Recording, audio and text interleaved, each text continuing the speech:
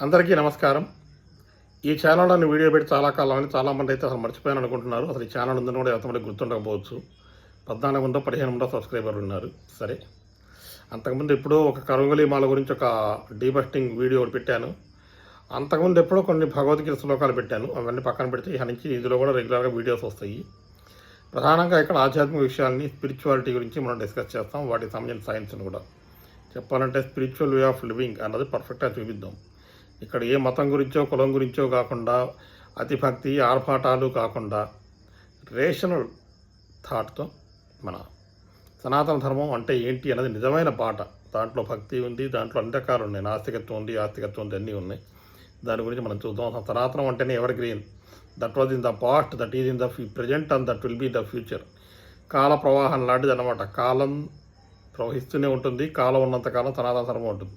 అసలు కాలమే లేకపోయిన తర్వాత ఇంకే ధర్మం ఉంటే మనకేంటి? మన సంబంధించిన వ్యవహారం కాదది. సో ఇక్కడ నేను ఇవాళ ప్రధానంగా చెప్పాలనుకుంటే ఏంటంటే, మీకు ఆల్రెడీ థంబ్నైల్ చూస్తే అర్థమైపోయి ఉంటుంది. మోక్ష మార్గం. జనార్దనుడు మోక్షాన్ని ఇస్తాడు అని చెప్తారు. సరే, ఇంక శివుడు కైవల్యాన్ని ఇస్తారంటారు, అమ్మవారి అన్నీ చూసుకుంటుందంటారు. ఎవరి నమ్మకాలు వాళ్ళవి. అవన్నీ పక్కన పెట్టేస్తే ఇన్ని ఆప్షన్స్ మనకు ఉండగా అదేదో మోక్ష మార్గం అని చెప్పి ఓ సన్నటి కలుగు లాంటి దాంట్లో చిన్న ద్వారం ఉండే దాంట్లో అనవసరంగా దూరి అరుణాచలం వెళ్ళి ప్రాణాలు పోగొట్టుకుంటున్నారు అంటే అది వేలావేరు ఎట్లా తయారైపోయిందంటే, అసలు ఆ మార్గాలు ఇట్లా ఉన్నాయి, అవి మేము అన్వేషించాం, ఇన్ని చేసాం అవన్నీ చేసామని చెప్పేవాళ్ళు కూడా ప్రధానమైన తప్పు.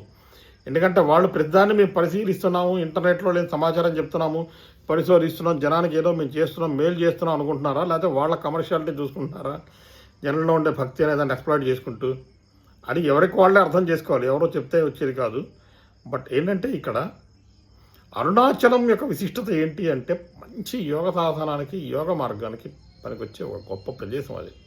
అటు రమణ మహర్షి కానివ్వండి, అంతకుముందు జరిగిన ప్రాచీన యోగులు కానివ్వండి, వీళ్ళంతా కూడా అన్నామలై, అరుణాచలం, అసలు వాటి గురించి చెప్పేందుకు లేదులేండి. యాక్చువల్గా అక్కడి నుంచినే మన గోవిందరాజస్వామి కూడా వస్తాడు. అవన్నీ తర్వాత సంగతి.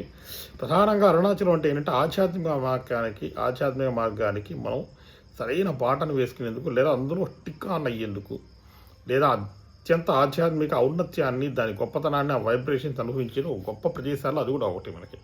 అది ఒక్కటే కాదు, చాలా ఉన్నాయి. కానీ ఈ మధ్యకాలంలో బాగా అరుణాచలం పాపులర్ అవుతుంది. మంచిదే అది కూడా, ఒక శివాలయం అనేది రావడం. మనకి తిరుపతి దగ్గరలోనే అరుణాచలం, రెండో శివకేశవులు ఇద్దరు పక్కపక్కనే ఉండటం అనేది ఒక అదృష్టం, ఒక అద్భుతం. ఎక్కడికి వెళ్ళడం వాళ్ళు అక్కడికి వెళ్ళదు, అక్కడికి వెళ్ళిన ఎక్కడికి వెళ్ళేందుకు కూడా పెద్ద దూరాలు ఏమి కూడా కాదు అవి. సో అలాంటి అరుణాచలంలో ఆధ్యాత్మిక అనుభూతిని అనుభవించాల్సిన పోయి కమర్షియాలిటీని విపరీతంగా తీసుకొచ్చారు. పిచ్చి భక్తి వేలావేరి అన్నది జరుగుతుంది. అది ఏదో సందులో నుంచినా దేంట్లో నుంచినా దూరితే మనకి మోక్షం జరుగుతుంది అనుకునేటట్టు. ఎందుకు శివుడు ఎందుకు అక్కడ ఏం చేస్తున్నాడు ఆయన అంతసేపు కూర్చుని? అసలు లోపలికి వెళ్ళి ఆయన చూసినా, లేకపోతే అవిత కుచలాంబ అమ్మవారిని చూసినా, లేకపోతే అక్కడ అడుగు పెడుతూనే ఒక రకమైన వైబ్రేషన్స్ అవన్నీ వస్తాయి. గిరి ప్రదక్షిణ చేస్తుంటే, గిరివాలం చేస్తుంటే మనకి ఆ మధ్యలో కొండ శివలింగం రూపంలో కనిపిస్తూ మనకి అత్యంత ఆధ్యాత్మిక అనుభూతిని ఇస్తుంది. అట్లాగే దశ దిశల్లోనూ ఉండే లింగాలు, వాటి మధ్యలో వచ్చే చిన్న చిన్న ఆలయాలు, ఆది అరుణాచలేశ్వర, ఇవన్నీ అసలు మొత్తం చూసుకుంటే నిజం చెప్పాలంటే మనం పొద్దున్నే బయలుదేరేద్దామా, మధ్యాహ్నం బయలుదేరేద్దామా, సాయంత్రం బయలుదేరేద్దామా, లేకపోతే రమణ మహర్షి ఆశ్రమం నుంచి వెళ్తే తేలిగ్గా ఉంటుందా, ఇంకో చోటు నుంచి తేలిగ్గా ఉంటుందా అని ఆలోచిస్తాం. కానీ అసలు అక్కడ గిరివాలం ఎట్లా చేయాలి అనేది కూడా ఎవరో ఆలోచించరు. అది చేయడం ఒక వేళ మీరు పరిగెడతారు, పోతుంటారు, ఫోన్లు తీసుకుంటారు, అన్నీ తీసుకుంటారు. అసలు అన్నీ పక్కన పెట్టేయండి.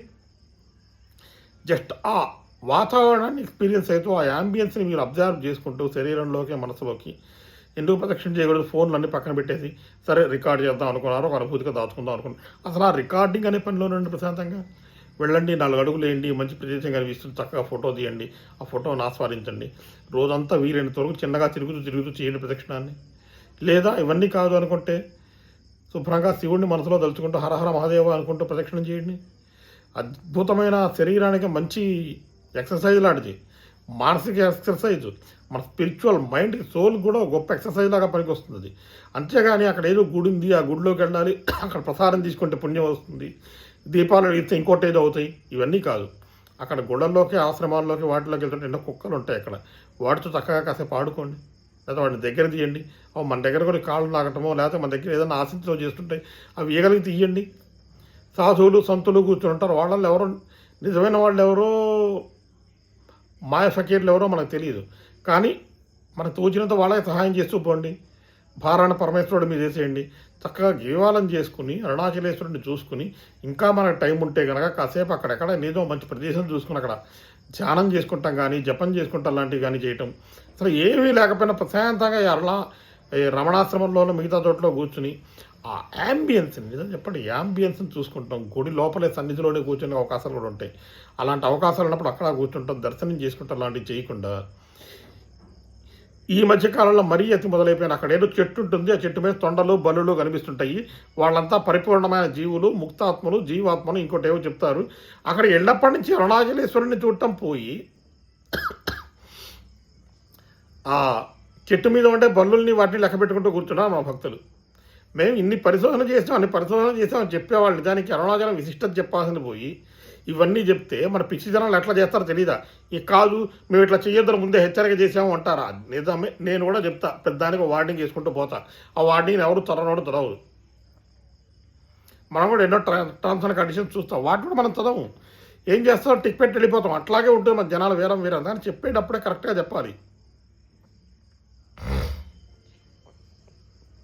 ఇద్దరు మనుషులు ఈ వారంలో వచ్చిన న్యూస్ మోక్ష మార్గం అనే దాంట్లో ఏం చెప్తారు, మీరు ఎంత లావుగా ఉన్నా ఎంత సన్నగా ఉన్నా లోపలికి వెళ్ళండి, ఎవరినో కూడా లాగేయమని చెప్పండి, వెళ్ళొచ్చారంటే మీ మోక్షం సిద్ధించడం. ఏంటి మోక్షం సిద్ధించేది? ప్రాణం పోతుంది. వాళ్ళకి అప్పుడున్న కర్మఫలాన్ని బట్టి వాళ్ళకి స్వర్గానికి వెళ్తారో నరకానికి వెళ్తారో ఎవరికి తెలియదు. అక్కడే మోక్షం ఏమి రాదు. బలవంతంగా ప్రాణాలు తీసుకునే వేరే ఉంటే దేవుడు పరిహసిస్తాడు తప్పిస్తే, లేదా కోప్పడతాడు తప్పిస్తే హర్షించడు. దేవుడికి మనం పిల్లలు లాంటి వాళ్ళం అండి. ఈ భౌతిక ప్రపంచంలో మనల్ని పంపించింది దేనికి అంటే, స్కూల్కి పిల్లల్ని తల్లిదండ్రులు ఎట్లా పంపిస్తారో భగవంతుడు కూడా మనం ఎట్లా భూమి మీద పంపిస్తాడు. నేను చెప్పే మాట వినండి జాగ్రత్తగా. పంపించినప్పుడు స్కూల్లో మనం మంచి విజయాలు సాధించి లెసన్స్ నేర్చుకుని పరీక్షలు పాస్ అయ్యి ఓ గట్టెక్కి ఓ స్థాయికి చేరుకుంటే మన తల్లిదండ్రులు ఎంత సంతోషిస్తారో. ఈ భౌతిక ప్రపంచంలో పంపించినప్పుడు మనకి ఏదో తెలియని టాస్క్ని ఏదో ఇస్తాడు. అదేదో మనం కనుక్కుని కాల్ ఆఫ్ లైఫ్ అంటారు దాన్ని పూర్తి చేసుకుని ఇక భౌతిక ప్రపంచాన్ని భౌతిక జీవనాన్ని అనుభవించి బాగా ఎంజాయ్ చేసి తిరిగి ఆ స్వామినో తల్లినో ఎవరో ఒకరిని చేరుకుంటే వాళ్ళు ఎంత గొప్పగా వెల్కమ్ చేస్తారు. స్టేట్ ర్యాంక్ వచ్చిన కొడుకు హాస్టల్ నుంచి ఇంటికి వస్తుంటే తల్లిదండ్రులు ఎట్లా చూస్తారు, దానికి కొన్ని వేల రెట్లు కోట్ల రెట్లు ఉంటుంది వాళ్ళ సంతోషం. అలాంటివన్నీ వదిలేసి భగవంతుడు దగ్గరగా ఉంటాం వదిలేసి క్షేత్రాలకు వెళ్దాం, ఖచ్చితంగా వెళ్ళాలి, చూడాలి, ఆధ్యాత్మిక అనుభూతి అనుభవించాలి. కానీ పిచ్చి వేలం వీరులు పెట్టడం ప్రాణాలు తెచ్చుకుంటే ఏ భగవంతుడు హర్షించడు. గుర్తుపెట్టుకోండి. తల్లిదండ్రులు పిల్లవాళ్ళు వెళ్ళి రోడ్డు మీద తిరిగి బైక్ యాక్సిడెంట్ చేసుకుంటే హర్షిస్తారా? స్కూల్కి వెళ్ళి చదువుకుంటారా అంటే అమ్మాయిలతో ప్రేమలో పడితేనో లేదా పిచ్చి డ్రగ్స్ వాడితేనో ఊరుకుంటారా? ఈ భక్తి వెర్రి భక్తి ఉండాలి. వెర్రి భక్తి అనేది కూడా ఒక డ్రగ్ లాంటిదే. ఆ మోక్ష మార్గాల్లోనో ఇంకో వాటిల్లోనో బళ్ళు దొట్టం తొండలు దొట్టంలోనో వీటిల్లో పడిచే వరకు బల్లో పాము వచ్చి కరిచింది అనుకోవడం దరిద్రం వదిలిపోతుంది. ఇట్లాంటి వాడికి అనకూడదు. కానీ అవి కాదు అక్కడ మనం చేయాల్సింది. ఆధ్యాత్మిక కేంద్రానికి వెళ్తే ఆధ్యాత్మికతను మనం అనుభవించండి. లేదా దాన్నే టూరిజంగా మేము చేస్తాం. ప్రశాంతంగా వీడియోలో తీసుకోండి, ఫోటోలో తీసుకోండి, ఎంజాయ్ చేయండి. అది చేసిన కూడా దేవుడు హర్షిస్తాడు. ఎందుకంటే మీరు వెళ్ళిందే దానికోసం కాబట్టి. ఒక అరుణాచలం గురించి వీడియో తీసేసి ఫేస్బుక్లోనో యూట్యూబ్లోనో ఇన్స్టాగ్రామ్లో పెట్టేసుకుని కొంత ఫాలోయింగ్లో లేకపోతే కొంత క్లిక్స్లో సంపాదించుకుని తప్పేమీ లేదు. చక్కగా చేసుకోండి, ఎవరో కాదనరు. అది చేసినాడా భగవంతుడు మీకు కావాల్సినంత ఆనందాన్ని ఆరోగ్యాన్ని అన్నీ ఇస్తాడు. కానీ అటు ఇటు కాకుండా వెళ్ళిపోయి పిచ్చి వెర్రి బొర్రి ఇర్రేషనల్ పరులు మూఢనమ్మకాలు మూఢత్వాన్ని చూపిస్తే మటుకు బయటికి వెళ్ళి పిల్లలు వెర్రి వేషాలు వేస్తే తల్లిదండ్రులు ఏ విధంగా శిక్షిస్తాడో భగవంతుడు అంతే శిక్షిస్తాడు. గుర్తుపెట్టుకోండి. విషయం అర్థమైంది అనుకుంటున్నాను. ఇప్పటికే చాలా పెద్ద వీడియో, కొంచెం ఆసక్తికరంగా కూడా చెప్పలేకపోయాను ఎమోషన్తో ఉండటం వల్ల. బట్ ఎనీవే గుర్తుపెట్టుకోండి, అరుణాచలం కానీ ఏదైనా ఆచారం ఒక దేశానికి వెళ్ళినప్పుడు అక్కడ వైబ్ని అనుభవించడాన్ని ఎంజాయ్ చేయడం మీద, ఇంకా లేదు మేము వీడియోలో ఫోటోలు తీసుకుంటా జ్ఞాపకాలు ఉంటే మళ్ళీ వెళ్తా లేదు దాని మీదే దృష్టి పెట్టండి. లేదా రెండింటి మీద పెట్టగలిగితే పెట్టండి. అంతేగాని పిచ్చి నమ్మకాలతో ఎవరో ఏదో చెప్పారని దానికి పరిగెత్తులు పోవాలని చెప్పి వీలున్నా లేకపోయినా వెళ్ళిపోయి ప్రాణాల మీద మటుకు తెచ్చుకునే పని ఎవరో చేయకండి. Thank you very much. మళ్ళీ కలుద్దాము. జై శ్రీరామ్. హరే కృష్ణ. శ్రీమతే రామానుజాయ నమః.